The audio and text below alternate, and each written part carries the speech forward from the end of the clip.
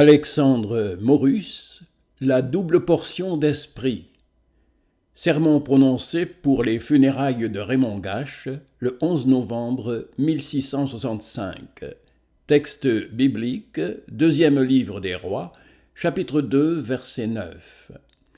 Quand ils furent passés, Élie dit à Élisée : « Demande ce que tu veux que je te fasse, avant que je sois enlevé d'avec toi. » Et Élisée répondit : « Je te prie que j'aie de ton esprit autant que d'eux. » Quand notre Seigneur en la croix jeta ce haut cri « Élie, Élie », quelques-uns s'imaginèrent qu'il invoquait Élie. « Voyons, disaient ces misérables, si Élie le viendra secourir. » Mais il invoquait Dieu, dont Élie avait porté le nom, car ce nom d'Élie veut dire « Mon Dieu l'Éternel », et toute la vie de ce prophète répondait à son nom. Il ne faisait qu'invoquer son Dieu, son Éternel, et tout ce qu'il fit de miracles. Il les fit par la prière et par l'invocation du saint nom de Dieu. À cet égard, il fut un illustre type de Jésus-Christ notre Seigneur, qui passait les jours et les nuits entières dans ce saint exercice.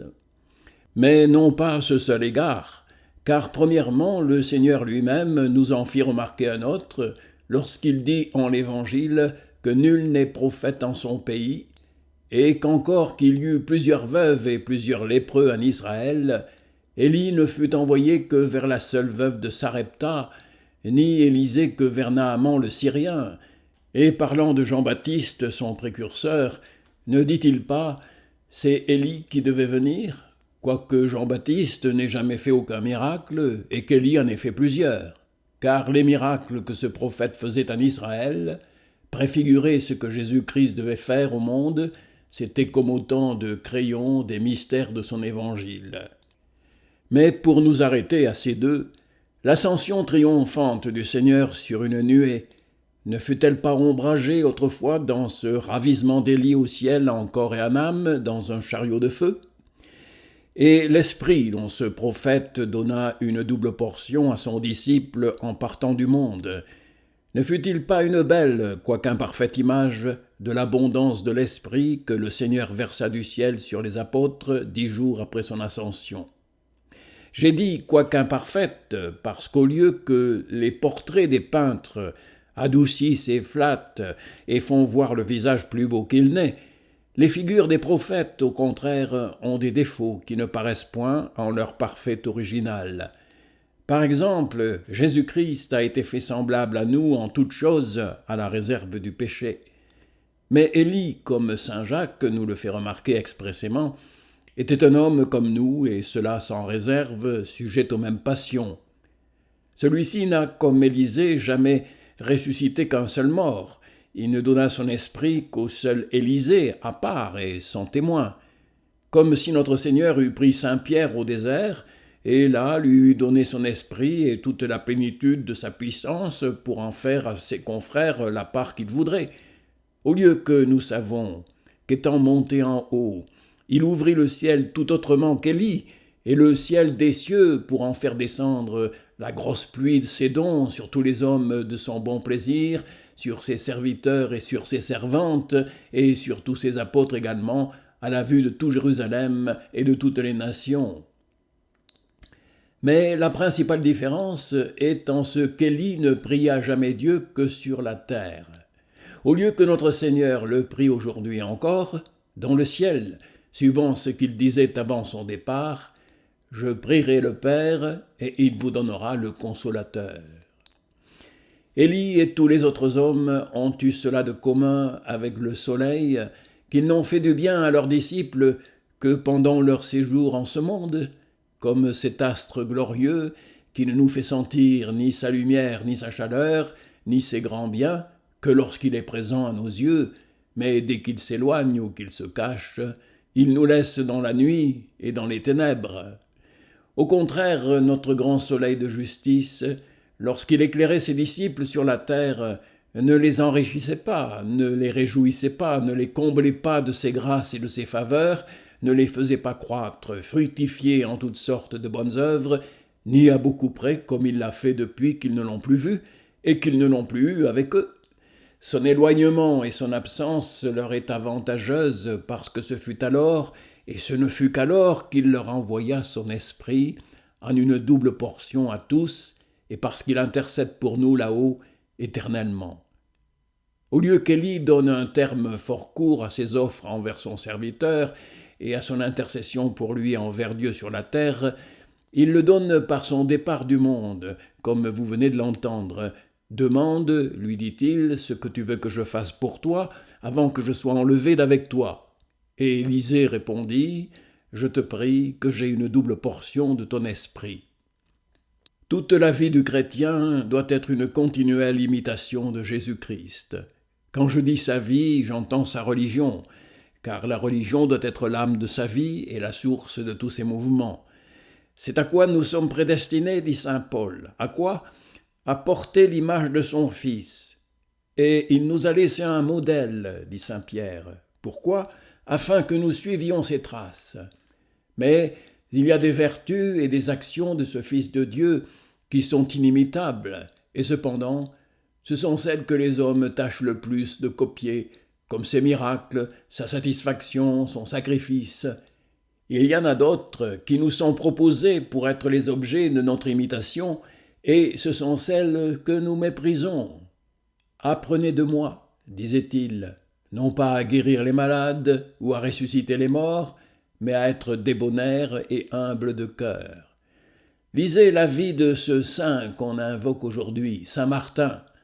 Vous y trouverez tout plein de malades guéris, tout plein de morts ressuscités, et celui dont on solennise la fête en ce jour guérit un lépreux en l'embrassant, et ayant donné la moitié de son manteau à un pauvre, le Fils de Dieu, dit la tradition, lui apparut couvert de la moitié de ce manteau. Et le sens de cet apologue est fort bon, pour faire entendre que lorsqu'on donne aux pauvres, on donne au Fils de Dieu. Mais nous avons à vous parler aujourd'hui de notre manteau d'Élie, ou plutôt de l'esprit que ce manteau prophétique signifie et dont Dieu revêtit Élisée à la prière de son serviteur. Ce triste et touchant objet que nous venons de voir dans cette cour et que nous devons tantôt consigner en dépôt au sein de la terre, demande bien de nous des honneurs funèbres et les derniers devoirs, mais sans aucun mélange de superstition. Il faut honorer et bénir la mémoire des serviteurs de Dieu dans l'Église, en imitant leur vertu et leur foi, et en suivant l'exemple de leur piété. C'est là notre eau bénite, ce sont nos litanies et notre encens, et c'est là la méditation à laquelle nous conduisent les paroles que vous venez d'entendre, qui demandent de vous une double attention et un double sermon, pendant que nous demanderons à Dieu, comme Élisée, une double portion de son esprit.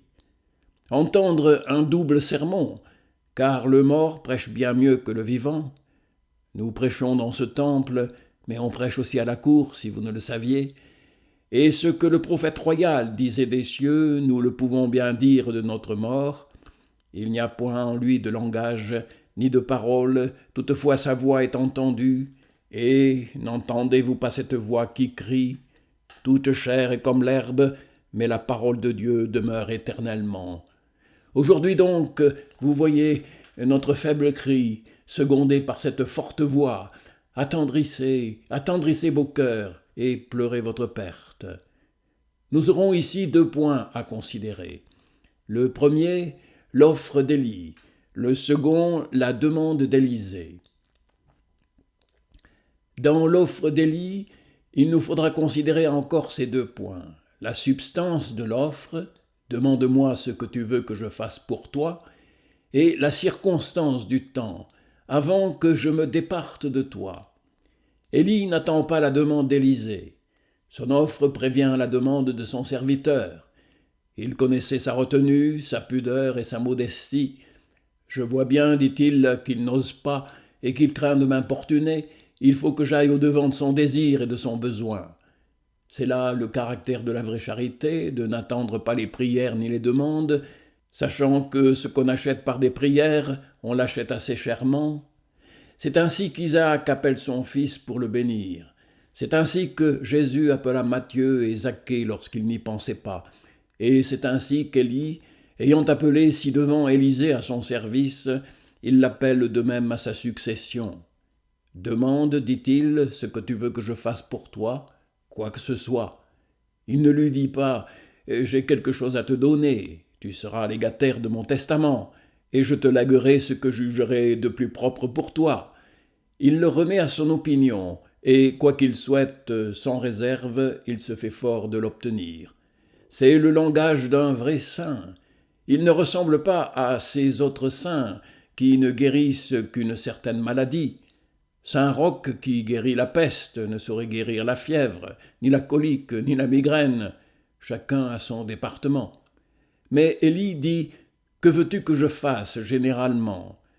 Vous diriez qu'il est tout-puissant. Il parle comme Dieu parlait à Salomon « Demande ce que tu voudras. » En effet, les saints ont je ne sais quelle toute-puissance subalterne à celle de Dieu, parce qu'ils n'ont point d'autre volonté que celle de Dieu, la leur aussi bien que celle de Dieu s'accomplit toujours. Je puis toutes choses, dit saint Paul, en celui qui me fortifie. Je puis toutes choses, lui qui dit ailleurs que nous ne sommes rien, que nous ne pouvons rien, c'est-à-dire que nous sommes moins que rien. Il change et dit ici le contraire, je puis toutes choses. Je sais bien que cela se doit restreindre à son sujet, qui est la disette et l'abondance, mais celui qui peut supporter également la disette et l'abondance, que ne pourra-t-il pas? Toutes choses sont à vous, et toutes choses sont pour nous. En matière de prière, de service de Dieu, tout ce que nous voulons bien, nous le pouvons. Je dis tout ce que nous voulons bien, et non pas d'une demi-volonté, d'un désir imparfait qui nous fait dire « je voudrais », c'est-à-dire « je ne veux pas ». Mais on peut tout ce qu'on veut. L'impuissance n'est qu'un prétexte, c'est le courage et la volonté qui nous manquent. Pourquoi ne pouvons-nous pas, ayant Dieu, et nous pouvons bien, ayant le monde? C'est que celui-ci nous plaît, nous l'aimons mieux que Dieu, car vouloir aimer Dieu, c'est l'aimer. Mais il n'en est pas ainsi, direz-vous, des événements extérieurs. Nous n'y pouvons rien, nous n'avons pas la clé du ciel. Si c'est la prière, nous l'avons dit, saint Jacques dit qu'Élie était sujet aux mêmes passions, et nous n'avons pas besoin de clé pour ouvrir, nous n'avons qu'à frapper. Frappez, et il vous sera ouvert. Comme Dieu avait dit à Chiméi, maudit David, Dieu avait dit à Élie, bénis Élisée, dis-lui qu'il demande ce qu'il voudra, et tu le feras.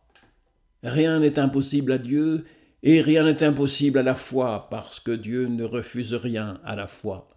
Élie avait la clé de toutes les portes du ciel, il l'ouvrait et il le fermait, il en tirait tantôt la pluie, tantôt le feu, il avait la clé des trésors de Dieu, c'est la prière. Ce qu'Élie disait à Élisée, Dieu l'avait déjà dit à Élie. Dis-lui qu'il demande ce qu'il voudra, et je lui accorderai par ton intercession pendant que tu es encore sur la terre. Mais quoi? N'était-ce pas risqué beaucoup de faire une promesse si générale, et si absolue, illimitée et sans exception? Élisée ne pouvait-il pas lui demander des richesses, des honneurs du siècle, la faveur des grands, les avantages mondains, les commodités temporelles qu'Élie lui-même n'avait pas? S'il est vrai qu'Élie le pouvait demander, il est aussi vrai qu'Élie le pouvait refuser sans manquer de parole. Comment cela? C'est parce qu'en ces promesses universelles, il y a toujours une condition sous-entendue. Que veux-tu que je fasse pour toi? Je le ferai pourvu que ce soit une chose digne de moi, et digne de toi, et légitime, et salutaire, et selon Dieu. Cela s'entend de soi-même, sans qu'il soit nécessaire de l'exprimer. Élie lui-même ne fut pas toujours exaucé. Et quand il disait « C'est assez, ô Éternel, prends maintenant mon âme », Dieu ne la prit pas. Et ainsi, quand Salomon eut dit à sa mère Bethsabée, quoiqu'elle lui demandât qu'il ne lui refuserait rien, comme elle osa lui demander une chose qui n'était pas à demander, il lui refusa tout net. « Tout ce que vous demandez au Père en mon nom, il vous le donnera, dit le Seigneur. » Mais ailleurs, il ajoute cette restriction, suivant sa volonté. Car si vous le voulez rendre exécuteur de la vôtre, qui est mauvaise et contraire à la sienne, quelle apparence qu'il vous l'accorde. Mais Élie ne hasardait rien, parce qu'Élisée n'avait garde de lui demander rien qui fût indigne de sa vocation. Il était prophète. Il savait assez que les biens du monde n'eussent fait que l'embarrasser, et qu'en tout cas c'était la dernière chose qu'un prophète devait demander. Ce n'eût pas été un souhait digne d'un prophète, puisqu'il avait le choix de ce qu'il devait demander, il n'avait garde de choisir si mal. Quand cette mère demanda que l'un de ses enfants fût à la droite du Seigneur et l'autre à sa gauche, dans ce présupposé que notre Seigneur devait être un grand roi de ce monde, ce souhait avait je ne sais quoi de supportable en une mère et n'était pas absolument illégitime. Non, mais c'était un souhait très indigne au fond, et de la mère et des enfants de Zébédée. « Vous ne savez ce que vous demandez, dit le Seigneur. Vous n'êtes pas appelés aux honneurs, mais aux tribulations. Pourrez-vous boire dans ma coupe et être baptisé de mon baptême ?» Salomon eût pu demander légitimement des richesses, car un grand roi en a besoin, et cependant, lorsque Dieu lui dit, comme Élie à Élisée, « Demande ce que tu voudras », il ne demanda que la sagesse requise à gouverner un grand État. Souhait vraiment digne d'un roi.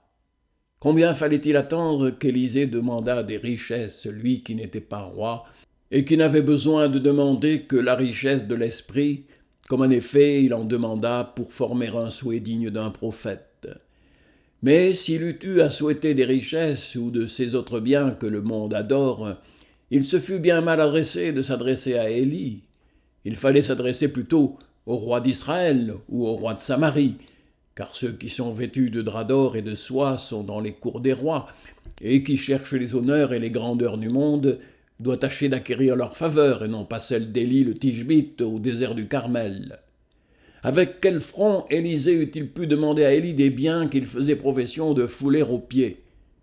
Doutez-vous qu'il ne lui eût répondu dans une sainte indignation, comme saint Pierre a dit depuis, « Je n'ai ni or ni argent, mais ce que j'ai, je te le donne, lève-toi et marche. » Le Seigneur dit à la Samaritaine, « Si tu savais le don de Dieu, et qui est celui qui t'a dit « Donne-moi à boire », tu lui en demanderais. Il faut donc demander à un prophète des dons de prophète. Oh, que nous avons ici de belles leçons, l'une qui nous apprend les moyens d'obtenir toujours l'effet de nos désirs, c'est de ne souhaiter jamais rien qui ne soit nécessaire ou utile à notre vocation. Quand Dieu nous appelle à quelque emploi, il nous donne toujours les dons requis pour nous en acquitter dignement. L'autre qui nous enseigne de ne chercher point de raisin sur les épines, ni de grappes sur les chardons. Vous ne demandez pas l'aumône à un pauvre. Vous ne demandez pas l'aumône à un pauvre. Vous ne vous faites pas habiller par un maçon.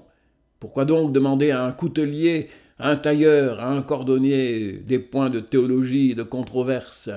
Il faut demander aux prophètes les dons de prophètes. Mais nous avons à faire encore ici 2 observations. La première sur ce qu'Élie dit non pas « que veux-tu que je te demande, que j'obtienne, que je sollicite », mais « que veux-tu que je fasse ?» Homme de Dieu, qu'êtes-vous capable de faire pour le temporel? Il vous manque à vous-même. Pour le spirituel, c'est Dieu qui le donne, c'est Dieu seul qui le fait. Que veux-tu que je fasse?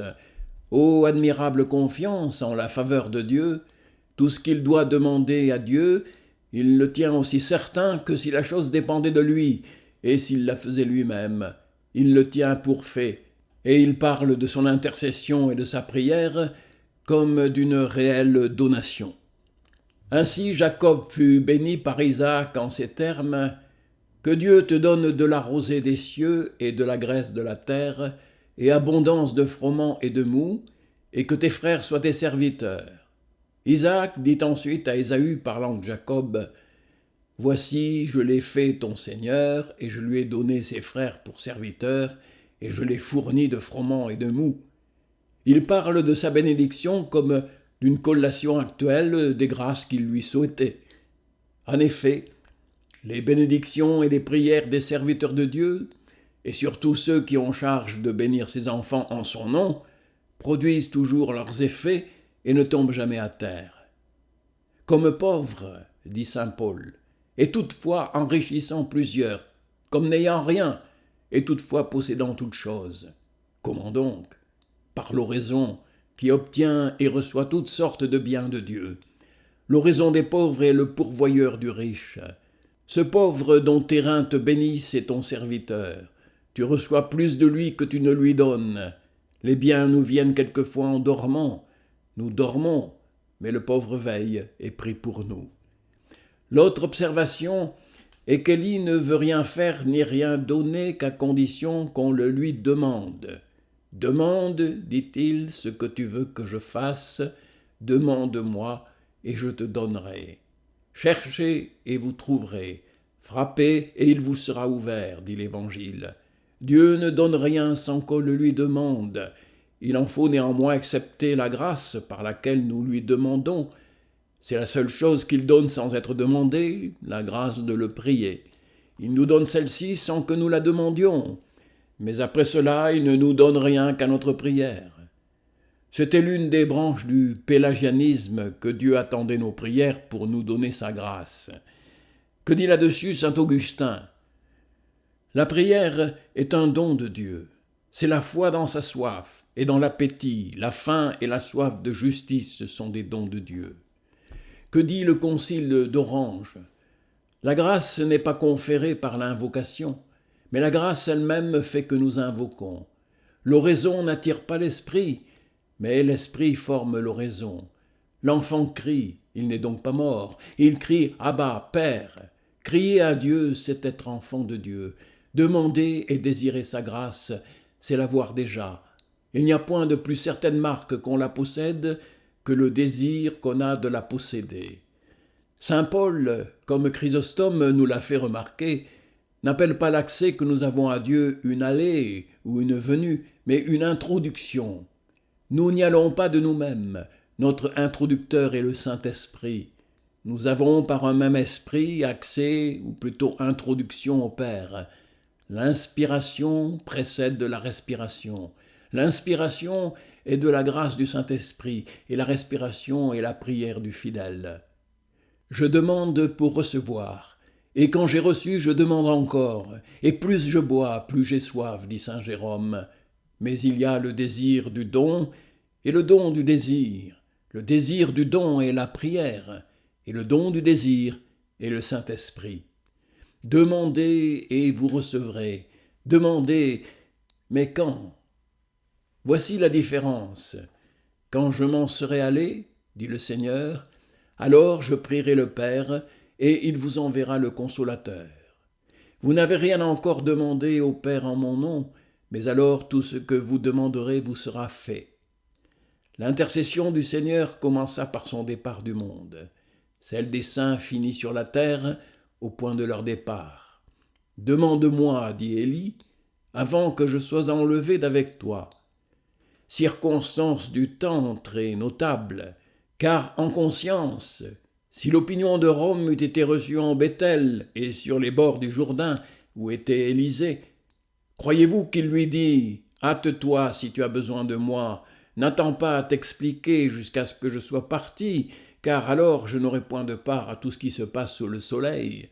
Demande-moi ce que tu veux que je fasse avant que je sois enlevé d'avec toi. » Remarquez bien, je vous prie qu'il ne lui dit pas « Demande-moi ce que tu veux que je fasse après que je serai enlevé d'avec toi », mais dis-le-moi de bonne heure, à présent, pendant que je suis encore ici-bas, dis-moi ce que tu désires que je fasse pour toi dans le ciel. Quand même il se serait énoncé de cette manière, il n'eût pas laissé de ruiner les fondements de Rome, car elle oppose que les saints dans le ciel voient, dans je ne sais quel miroir, tous les besoins et tous les désirs des hommes qui sont sur la terre. Si bien qu'Élisée, lui, eût pu dire « Il n'y a rien qui presse, tu verras mieux de là-haut mes nécessités dans ce grand miroir que je ne puis te les représenter par ma voix. » Mais Élie ne dit rien de semblable. Il ne dit pas « Demande-moi avant que je parte ce que tu veux que je fasse après mon départ », mais il dit « Demande-moi ce que tu veux que je fasse avant que je sois enlevé d'avec toi. » Car après cela, il n'y aura plus rien à faire. Tu ne pourras tirer aucun usage de mon intercession, et cela même peut être confirmé par le signe qu'il lui donne. Si tu me vois quand je serai enlevé d'avec toi, il te sera ainsi fait, car après que tu ne me verras plus, il n'y aura rien à faire pour toi. » Et le manteau qu'il laisse tomber sur lui témoigne cela même. Quand saint Paul dit aux Philippiens qu'il ne sait ce qu'il doit souhaiter, qu'il serait mieux pour lui de déloger et d'être avec Christ, mais qu'il était meilleur pour eux qu'il demeurât encore avec eux, s'ils eussent cru en l'intercession des saints dans le ciel, ces pauvres Philippiens lui pouvaient dire « Nous sommes bien ravis de t'avoir avec nous, mais puisque tu seras là-haut, notre intercesseur envers Dieu, tu nous serviras encore plus utilement qu'ici-bas. Va-t'en, à la bonne heure, et souviens-toi de nous, et prie pour nous. » Ainsi, quand Élie disait « Demande ce que tu veux que je fasse avant mon départ », Élisée lui eût dit sans doute « Je ne te demande rien à présent, réserve-toi pour agir là-haut en ma faveur auprès de Dieu. Je te prierai sur la terre tous les jours, et tu prieras Dieu dans le ciel pour moi. » S'il ne dit rien de tel, c'est parce que l'invocation des saints après leur mort est absolument sans fondement et inconnue à toute l'Écriture sainte. Nous nous sommes approchés des milliers d'anges, des esprits des justes sanctifiés. Il y en a des milliers, mais un seul, Jésus, est au milieu, seul médiateur de la nouvelle alliance. Mais voyons en second lieu ce que c'est que demande Élisée. Qu'a-t-il choisi? La bonne part, la seule chose nécessaire, l'esprit et la double portion de l'esprit. Il ne demande point la relique du corps. Ô choix vraiment digne du maître et du serviteur! Quelle joie pensez-vous qu'eut alors Élie de voir en son disciple un si beau mouvement, le fruit de son exemple et de ses instructions, car il ne consulte point la chair et le sang, il ne prend point du temps pour y songer, il se détermine aussitôt, sans remise, sans balancer, il a opté pour l'esprit.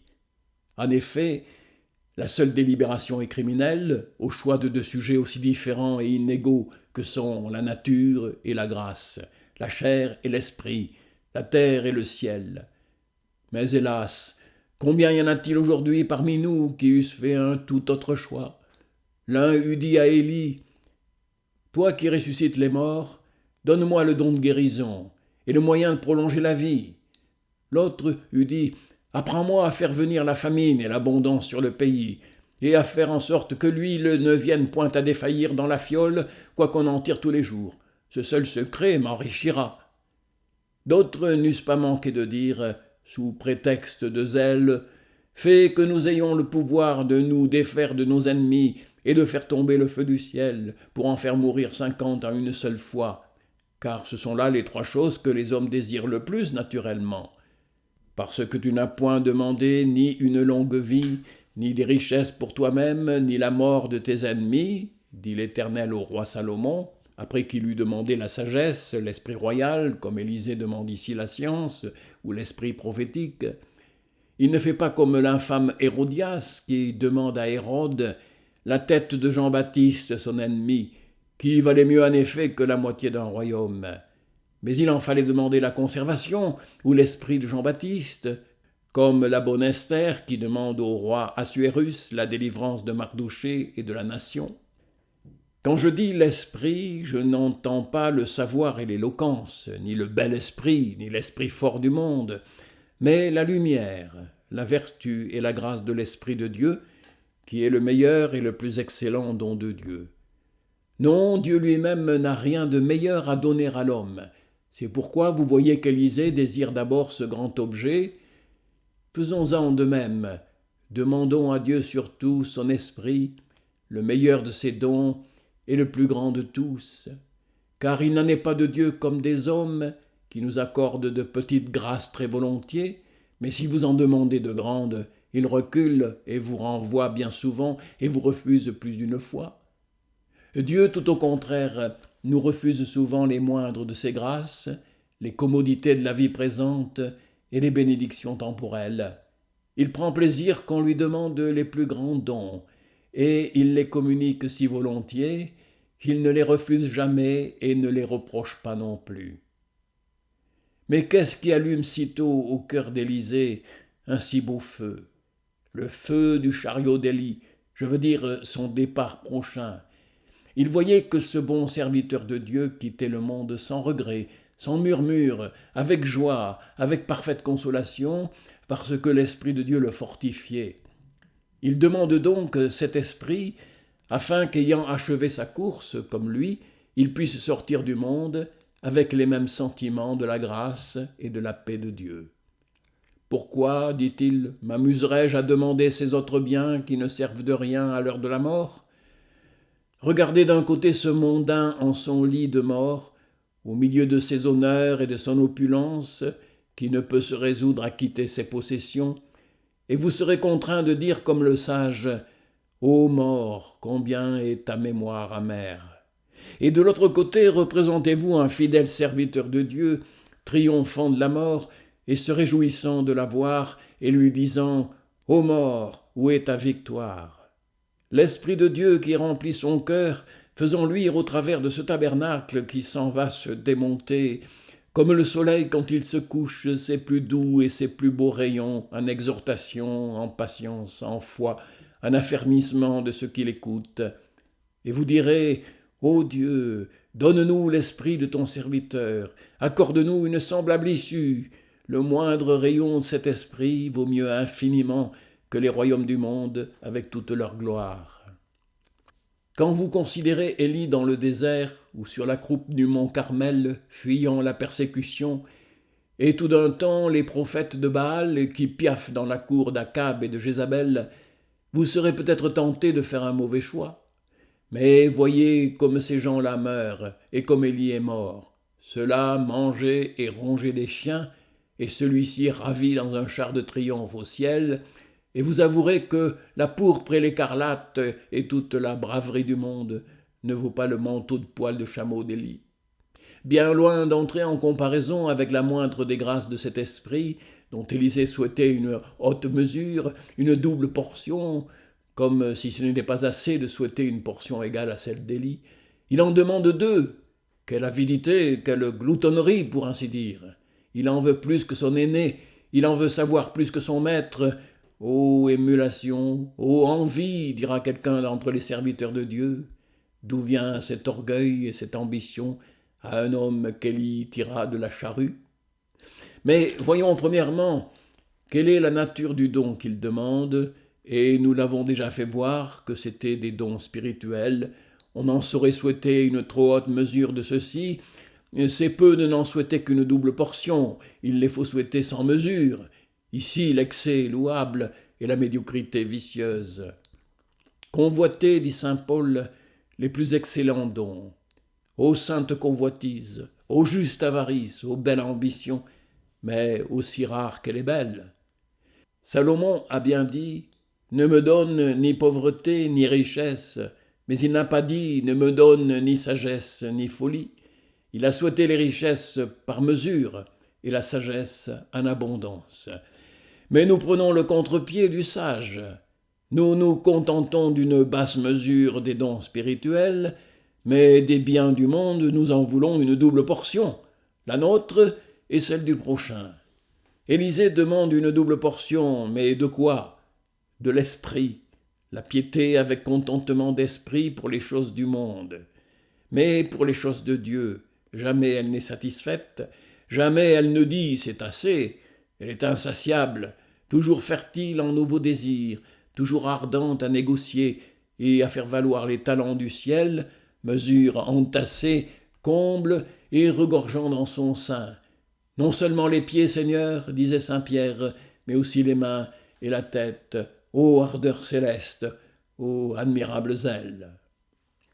Mais l'humilité ne lui manque pas, car pourquoi pensez-vous qu'Élisée demande une double portion ? C'est dans le sentiment et du poids de la charge et de ses propres infirmités, du poids de la charge premièrement, car tous ceux qui sont établis pour gouverner les autres ont un double fardeau, et doivent par conséquent demander une double portion, afin qu'il y en ait assez et pour eux-mêmes et pour ceux dont ils ont la conduite. Que j'en ai assez, dit Salomon, pour gouverner un si grand peuple. Mais être prophète d'Israël était un important et difficile emploi qui requérait des vertus extraordinaires, une haute lumière, une patience incroyable, une ferme résolution, un courage invincible. Moïse en retira son épaule plus d'une fois. Les anges et les archanges du ciel succomberaient sous un tel fardeau. Et qui suis-je, moi, disait Élisée dans le sentiment de ses propres infirmités. Je ne suis pas seulement un homme souillé de lèvres comme un enfant qui ne sait point parler, comme un Moïse, mais un bouvier comme Amos. Je labourais la terre et on m'envoie labourer l'église, le champ du Seigneur, qui est tout en friche, qu'Akab et Jézabel ont rempli d'épines et de chardons. J'aurai à combattre toute une nation d'idolâtres et les 70 enfants d'Akab, engeance de persécuteurs. En un temps calme et serein, qui que ce soit et moi-même pourrait bien tenir le gouvernail de ce vaisseau. En un temps couvert, orageux, et qui menace de tourmente, qui est suffisant pour ces choses? Élie l'était, mais Élie ne sera plus, et je suis Élisée. Je ne puis pas entrer en comparaison avec toi, grand chariot d'Israël, ni faire ce que tu faisais, sans une assistance extraordinaire du ciel, et s'il ne m'envoie 2 fois plus de secours qu'à toi.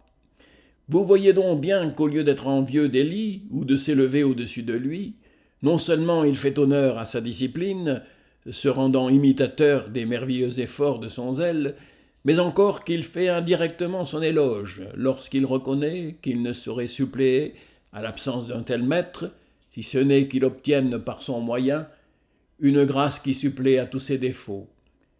C'est une grande perte, c'est une brèche irréparable. Tu m'as désigné, dit-il, pour ton successeur, mais je ne saurais remplir dignement ta place. Néanmoins, je pourrais l'entreprendre si tu demandes à Dieu pour moi une double portion de l'esprit qu'il avait mis en toi. Car, à une faiblesse aussi grande que la mienne, il faut bien une double assistance pour une si grande œuvre. C'est là le sens de ces paroles d'Élisée, à quoi nous ajoutons qu'on le peut encore interpréter à une autre manière, à savoir la portion de Dieu, et rapporter ceci non pas à Élie, mais aux autres enfants des prophètes, car c'est ainsi que s'appelaient leurs disciples, comme s'il eût dit « Entre tous tes enfants, je suis celui que tu destines à la succession de ton héritage spirituel. Donne-moi donc, comme à ton fils aîné, la double portion de cet héritage de ton esprit, car par la loi du Deutéronome, le père était tenu de donner à son aîné la portion de 2. Et ne dites point, Élisée sera en honneur parmi les grands et bienvenu auprès des rois, et dans la faveur, car c'est pour cela même que saint Augustin veut qu'il ait eu besoin d'une plus grande portion de l'esprit d'Élie, lui-même qui n'était pas dans de semblables tentations, fugitif au désert, haï, chassé, persécuté. Car il faut plus de force pour résister à la prospérité qu'à l'affliction, à l'amour du monde et à ses caresses, qu'à ses menaces et à son oppression. Et puis, douterez-vous que ceux qui souffrent pour la justice ne soient heureux? Ils sont dignes d'envie au prix de ceux qui sont à la cour, exposés tous les jours aux tentations du monde. Il faut plaindre ceux-ci, prier pour eux et craindre pour eux. Prier que Dieu leur envoie, comme à Élisée, une double portion de son esprit pour résister comme il fit à toutes les promesses et à toutes les offres du monde. Car le monde leur dit aussi « Que veux-tu que je fasse pour toi ?» Heureux celui qui peut répondre « Ô monde, que tes dons te demeurent, et qu'il me soit permis de servir en pureté de conscience mon Dieu et mon roi. » Mais c'est assez pour l'exposition de ce texte. Quand nous voyons qu'Élie se pourvoit d'un digne successeur, n'estimez pas que ce soit un soin indigne de nous mettre en peine de ce que deviendra l'Église après nous. On plante tous les jours des arbres qui ne doivent porter du fruit que pour la génération à venir. Nous devons de même avoir des pépinières où croissent de nouvelles plantes qui fourniront un jour des colonnes au temple de Dieu. C'était la sainte sollicitude de Moïse que l'Éternel, qui est le Dieu des esprits de toute chair, établisse un homme après lui sur Israël, et qui le gouverne et qui le conduise, afin qu'il ne soit pas comme une brebis qui n'a point de pasteur. Saint Pierre, se préparant à déloger de ce tabernacle, fait sa remontrance aux anciens. Saint Paul, au chapitre 20 des Actes, avec quelle tendresse ordonne-t-il aux églises de ce qu'elles doivent faire après sa mort? David, ayant pu obtenir permission de bâtir le temple, avec quelle diligence fait-il provision de matériaux pour son successeur? Il n'était point jaloux de son fils quand on criait de son temps que Dieu fasse le trône du roi Salomon plus grand que le trône de David son père. Ainsi, vous voyez qu'Élie ne s'offense pas qu'Élisée demande une double portion. La chair et le sang ne l'eussent pu souffrir. La politique ordonne de souhaiter un successeur indigne qui relève les vertus et la gloire de son prédécesseur et lui donne de l'éclat et du lustre par une comparaison fort inégale. C'est ce qui fit souhaiter et nommer à Auguste un Tibère pour son successeur, afin qu'on dît « il lui a succédé comme la nuit succède au jour ». Élie, au contraire, souhaite d'être effacé par son successeur. Il l'avait toujours bien instruit, mais étant prêt à déloger, il fait bien davantage. Il le bénit et attire sur lui l'Esprit du ciel. C'est ainsi que les serviteurs de Dieu, dans leur lit de mort, rassemblent tous leurs désirs et témoignent plus d'empressement à donner leur bénédiction et à répandre la bonne odeur et verser leurs dernières haleines, comme étant la boîte d'huile de senteur qui, étant cassée, parfuma toute la maison. Remarquons en second lieu que l'esprit d'Élie et celui d'Élisée étaient le même esprit. Ils n'avaient pas les mêmes talents naturels. La vertu n'est pas héréditaire, dit cet ancien auteur. Et beaucoup moins la mémoire, le jugement et ce qu'on appelle le bon esprit dans le monde. Mais l'Esprit de Dieu passe d'un héritier à l'autre par ses bénédictions. Dieu continue et approvisionne son esprit dans leur succession. Il nous arrive souvent de dire « si cet homme meurt, que deviendra l'Église de Dieu ?» comme si les hommes la soutenaient. Un tel est mort, disent les Philistins, tout est perdu en Israël. Ils ne regardent qu'à l'éloquence, à l'érudition, à l'expérience, aux rares qualités de la personne, mais nous perdons tout cela, et c'est une perte inestimable, mais l'Esprit de Dieu ne s'éteint pas. Les instruments nous sont ôtés, mais sa grâce n'y est pas attachée. Nous perdons des vaisseaux de terre, mais le trésor demeure, et Dieu le conserve à l'Église en d'autres vaisseaux. Moïse est mort, lève-toi, Josué. Aaron est mort, Éléazar est revêtu du même esprit. Quoiqu'il n'y eût rien de pareil à Moïse et à Aaron, dans divers hommes et dans la diversité de leurs dons, on voit un seul et même esprit de Dieu. C'est ce que nos yeux ont vu en la personne de ce bon monsieur Gache, serviteur que Dieu a pris à soi, l'enlevant d'avec nous en sa colère par une juste punition des péchés de son peuple.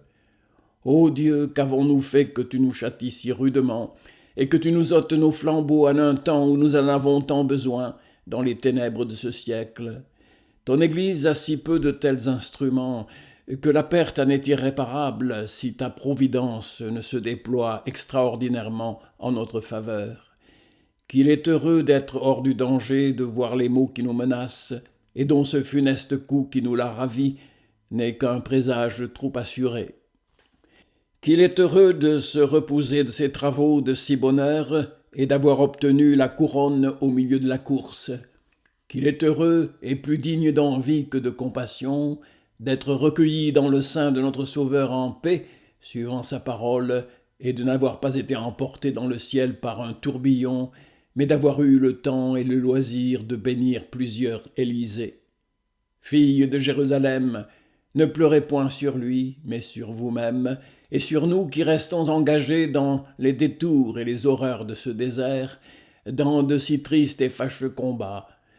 Pensons seulement aux moyens de réparer bientôt cette grande brèche. Mais quels moyens? Vos larmes n'y serviront pas, et un seul n'y suffira pas.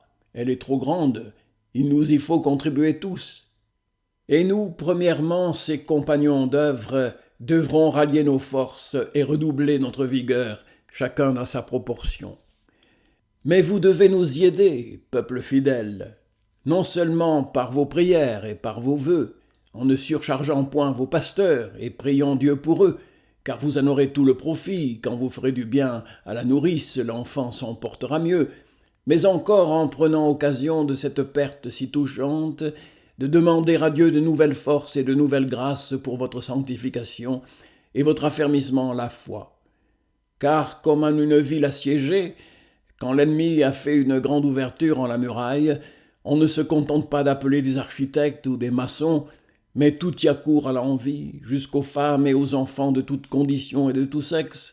Ils portent chacun autant qu'ils peuvent de terre et de pierre pour fermer cette brèche au plus tôt.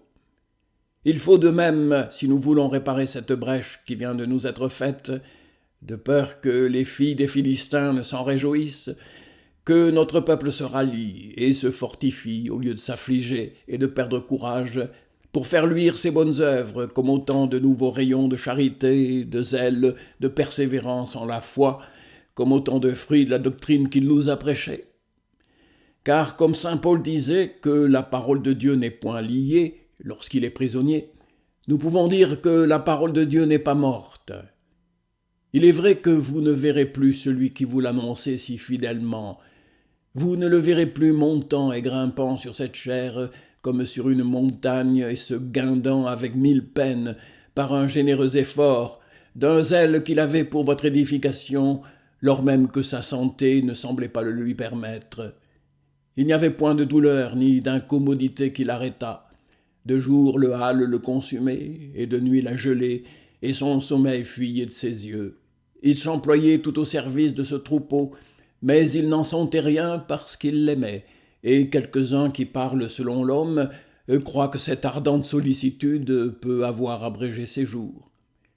Vous ne le verrez plus assis sur cette montagne, annonçant les merveilles de Dieu, et glorifiant son saint nom, tout enflammé de zèle, tout brûlant du désir de votre salut. Vous ne l'entendrez plus, instruisant votre foi, rédarguant vos péchés, priant Dieu pour vos âmes, affermissant vos consciences et consolant vos cœurs.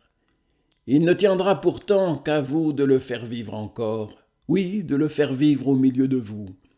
Imitez son exemple, retenez sa doctrine, pratiquez ses enseignements, et vous lui formerez dans vos cœurs une image vivante qui lui fera plus d'honneur que si vous lui dressiez une statue de marbre ou de bronze dans ce parvis, et que si vous conserviez ses reliques dans une châsse d'or. Oh, la belle et sainte manière d'honorer sa mémoire, que d'obéir à sa voix, alors même qu'il ne parle plus, et d'étudier encore toutes les leçons que vous avez entendues de cette langue des bien appris, et quoiqu'elle soit aujourd'hui condamnée à un perpétuel silence. Quand vous estimerez bienheureux les pauvres et les débonnaires, et ceux qui sont en deuil, et les affamés, et les miséricordieux, et ceux qui sont nets de cœur, et les pacifiques, et ceux qui sont persécutés pour la justice.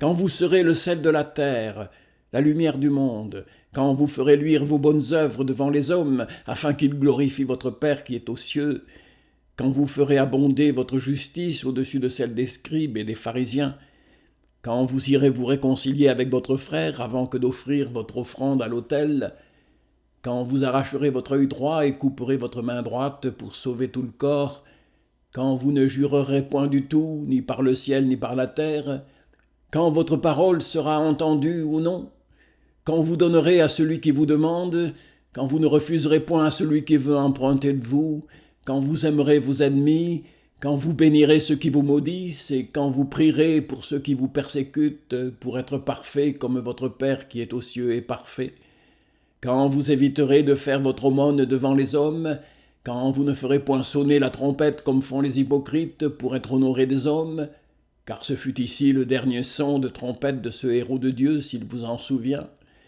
quand vous assisterez à la célébration du baptême dans un silence religieux, quand vous attendrez la bénédiction du Seigneur avec une dévotion extraordinaire, alors on dira « Voilà sa doctrine vivante, voilà son épître recommandatoire, écrite non point avec de l'encre, mais par l'Esprit du Dieu vivant dans les plaques charnelles de vos cœurs. » Qu'ai-je dit que ce fut là son dernier sermon?